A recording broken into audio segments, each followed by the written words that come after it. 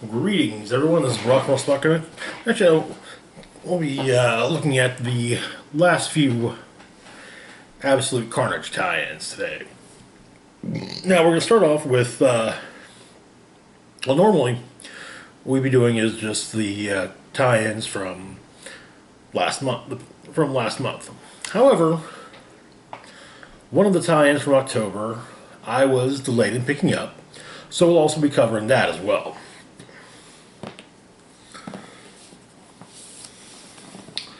So let's get started. Now, however, we will not be covering that one first. We'll actually be in the order in which they're supposed to have occurred. So we're gonna start off with Absolute Carnage, Weapon Plus, which basically ties to the Venom one shot, I believe, from last year. Okay, so. Yeah, all right. So, before the events of Absolute Carnage, while Carnage was beginning to gather up codices, he went after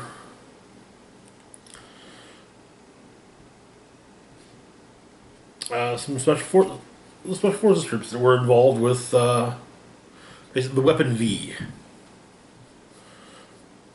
troops, who all had artificial symbiotes made from Grendel.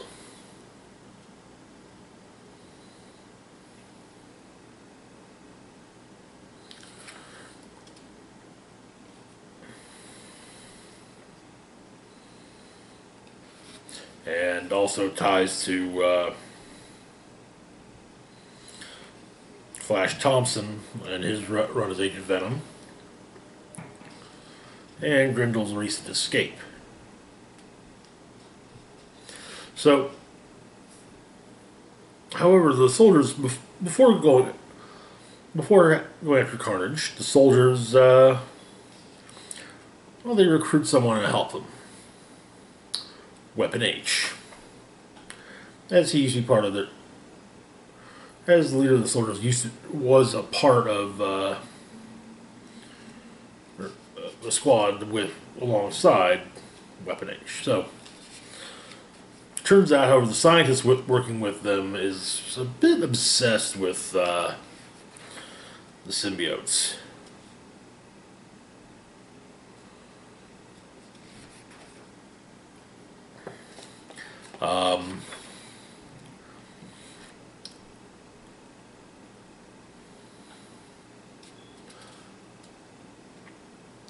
And yeah, Weapon H and Carnage duke it out, and however, he's unable to stop Carnage from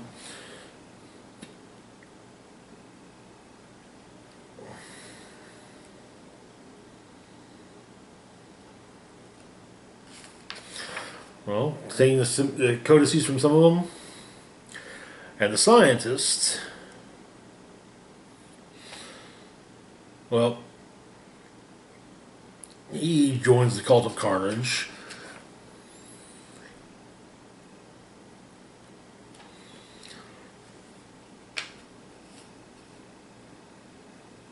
And Weapon H and his mother-in-law rejoin their family while Weapon Plus director watches footage of the battle between Weapon H and Carnage.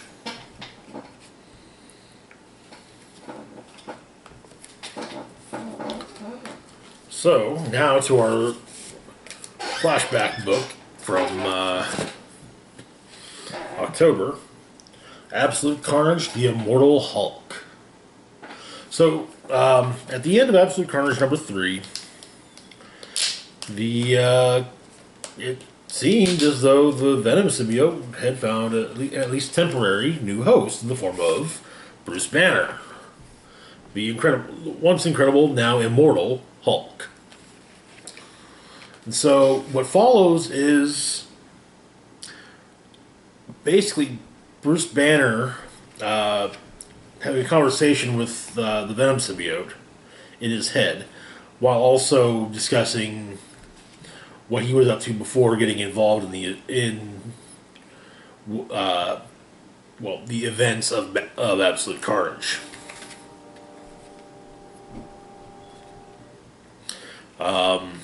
And for those who might not be, he opts to get involved because, well, General Ross, a former Hulk, is listed as having his body dug up and defiled. So Banner figures, well, they're obviously trying to get to him. So, yeah.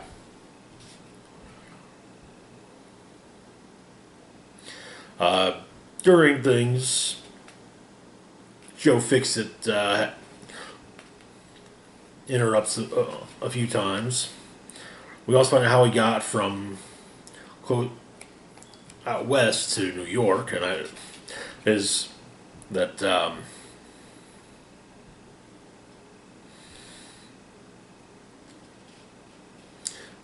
Betty Ross, now Harpy, killed Banner and folded him up into very small and then dropped him where Ross's body was.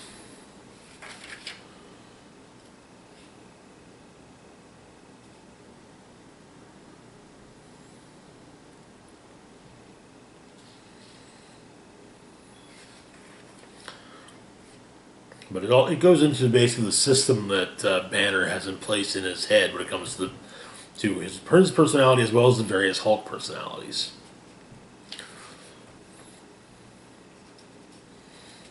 But Spider-Man's the one who ended up finding him in New York, gave him some clothes, and brought him to the Maker's lab after telling him what was going on, so that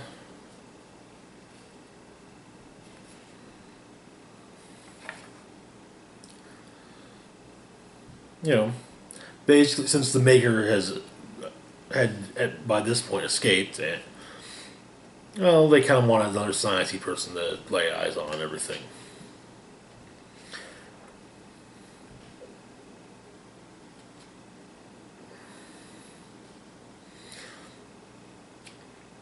Not all of the Hulk personalities are on board with the idea of Venom, the Venom symbiote, joining with Hulk, however. But yeah, it still happened. It's actually really interesting one shot, and not bad at all. Not.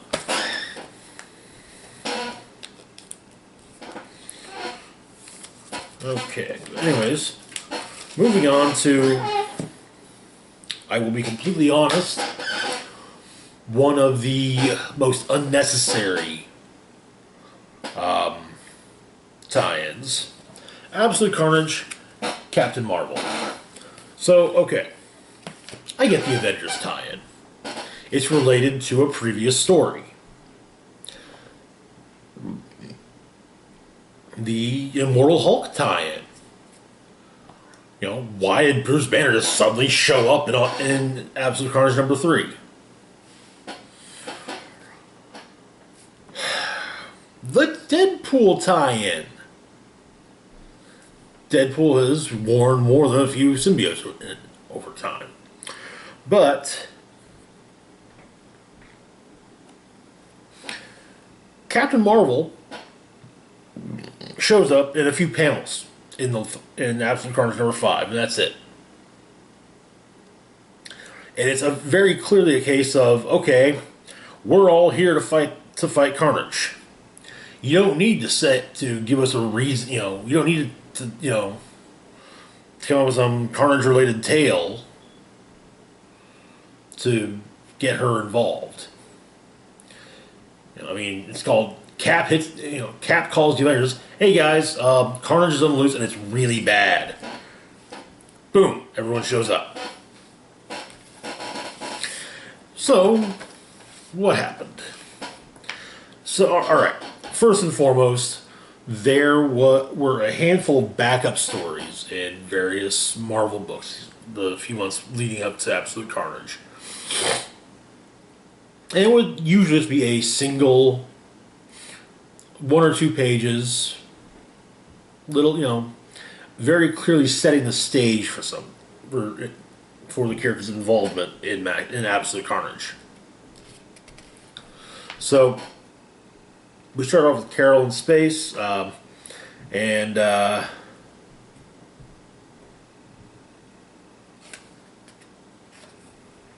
we also learn some of the problems that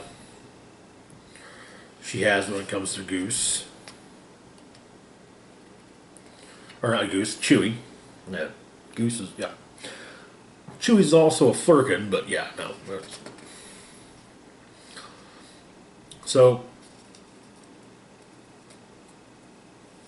she kills the monster she's fighting in space, returns to Earth, and Chewie's missing. Well, not so much missing, so much as, well, carnageized. Turns out Carnage... The best I can figure is that Carnage sent a sliver of the suit to take over Captain Marvel.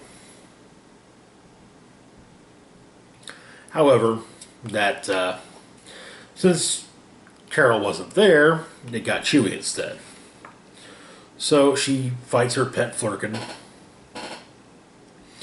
But she gets swallowed up by him.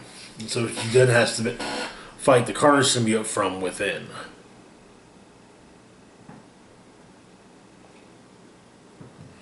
And there is a reference to her briefly having a symbiote back when she was Miss Marvel, and Spider-Man helped her get past it. I'm thinking, yeah, okay, this was in a Siege tie-in. So yeah, she actually did briefly wear the Venom symbiote.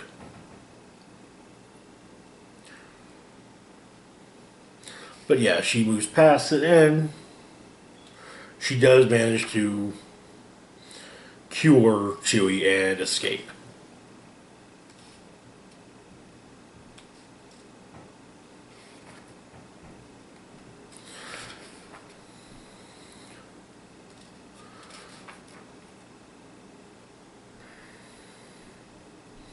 And so there's actually a moment where the chunk of the piece of the Carnage symbiote does almost take over Carol, but she burns it off with her powers, and then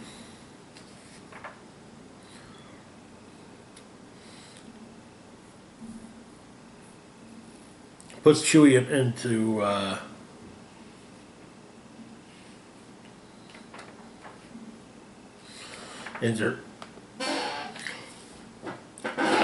into her carrier, and takes the carrier to Jessica Drew. Basically, hey, can you keep an eye on Chewie? Carnage is doing his shtick, and well, yeah.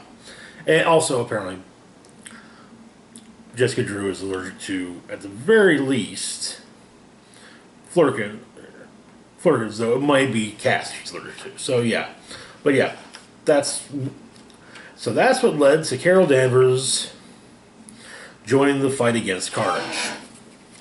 Because, it couldn't just be a simple, she's a hero, she's a good guy, Carnage is a bad guy.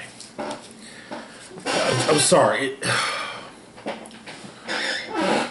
There doesn't need to be a long and drawn-out thing about why each character joins in the fight. Like I said, with some of these, it makes sense. Oh, yeah, it's, it is related to a past story. But, okay, so she had the Venom symbiote for a minute. Back in the aftermath of Siege. Yeah, no. Alright, so moving on to Absolute Carnage number 5, the finale of the story.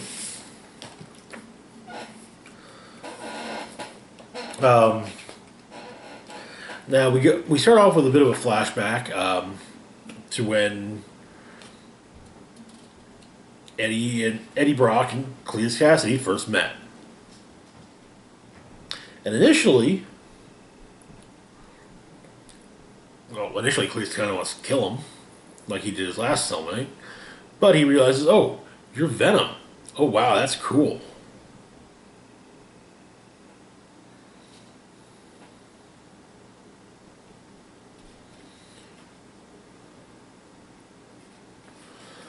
But, yeah, he makes it clear he wants nothing to do with Cletus. So now, Eddie, wearing the various codices that were removed by the Maker's Machine, goes after Carnage, who's now got both the Grendel suit and Venom symbiote.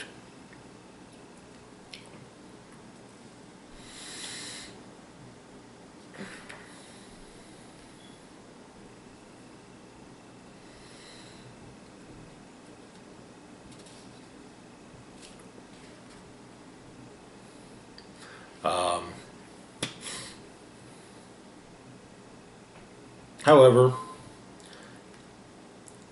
help comes in the form of a handful of heroes, including Captain Marvel, Deadpool, whose leg is supposed to be regrowing at this point in time, but oh well. Morbius, Deathlock, Firestar, and Iron Fist.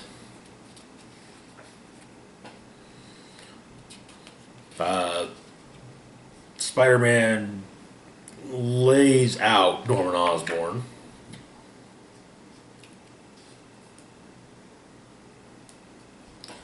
And looks like the Carnage symbiote itself gets killed by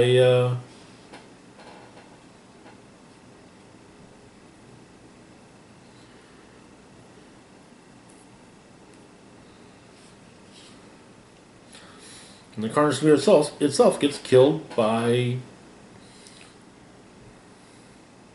or well, maybe not killed, but at least stopped by Dylan Brock, who's still trying to figure out what the hell he is.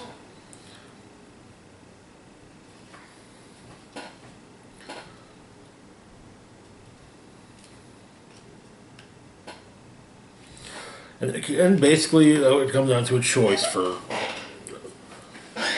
Carnage makes Venom choose. Venom can either save the day and let Carnage kill his son, or Eddie can save his son and potentially wake up Null.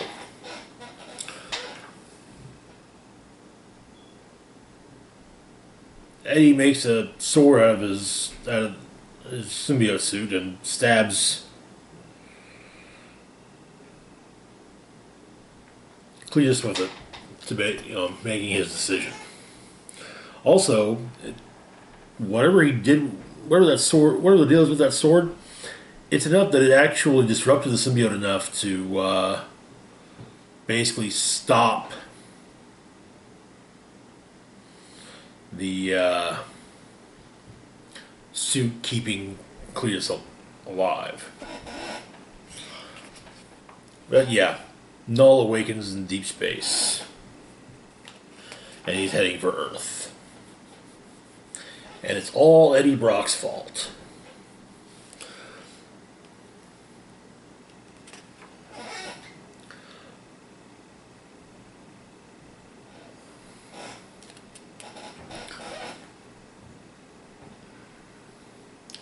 And finally, Dylan learned the truth that yes, Eddie Brock is not his brother, but his father.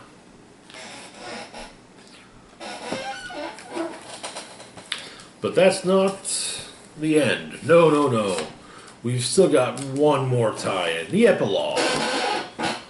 In Venom, number 20.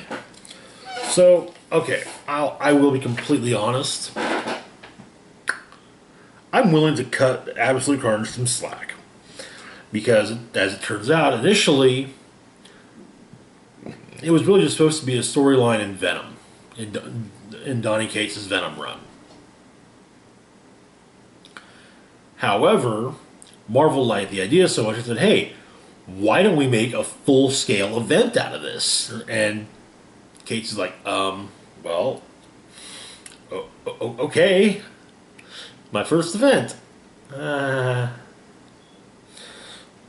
so, yeah, that's pretty much why a lot of things don't fit. I'll stick by the Captain Marvel one shot being probably the worst. Weapon 8 plus one is pretty uninspiring as well. It's not like either one's poorly written. It's just superfluous. You know, it's like stuff I didn't need to know. You know, it could have been told in a. It could have just been, a couple panels.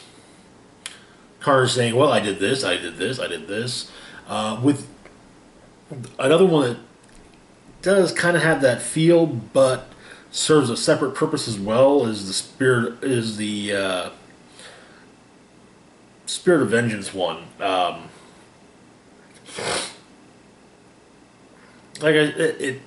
If it weren't for the fact that it also serves to be part of the prologue, so to speak, for the new Ghost Rider series, I'd probably lambast that one too. But anyways, so Venom number 20, the epilogue. It largely focuses on the Maker. He's escaped. He's reporting about what's happened. And it turns out he has a theory about the reproduction of symbiotes. Basically, whenever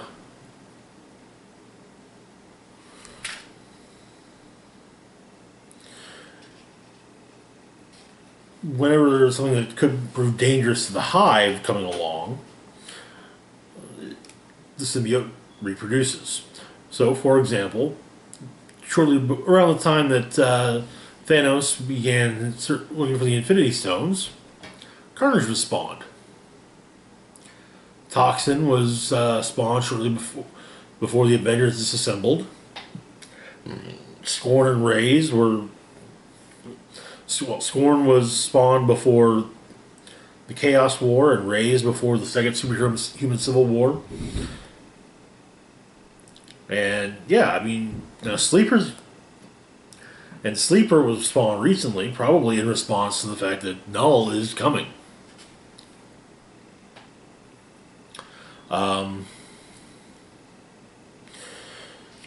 Now, following up on the end of Absolute Carnage is the fact that, yeah, Eddie and Dylan have a bit of a heart-to-heart about, being father and son as opposed to brothers. And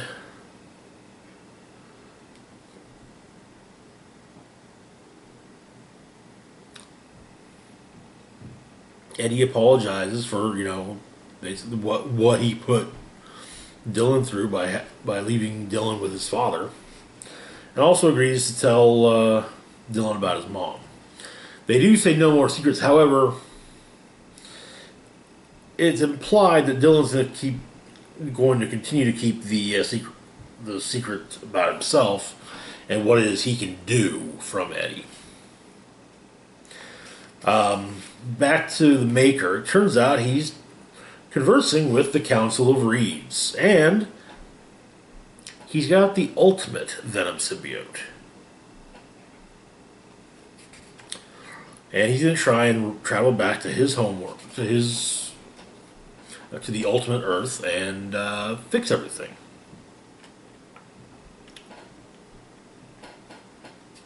He's also thinking that it's possible. He's also thinking that perhaps the Venom symbiotes or the Clintar in general, symbiotes in general, were designed for interdimensional travel.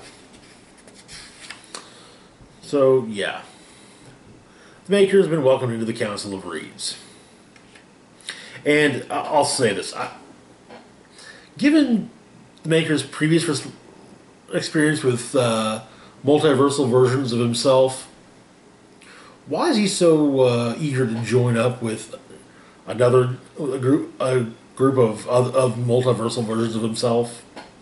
After all, the Marvel Zombies spun out of a storyline in Ultimate Fantastic Four, which began with Ultimate Reed Richards, now the Maker, talking to a multiversal version of himself, who was implied heavily at first to be the regular Mr. Fantastic.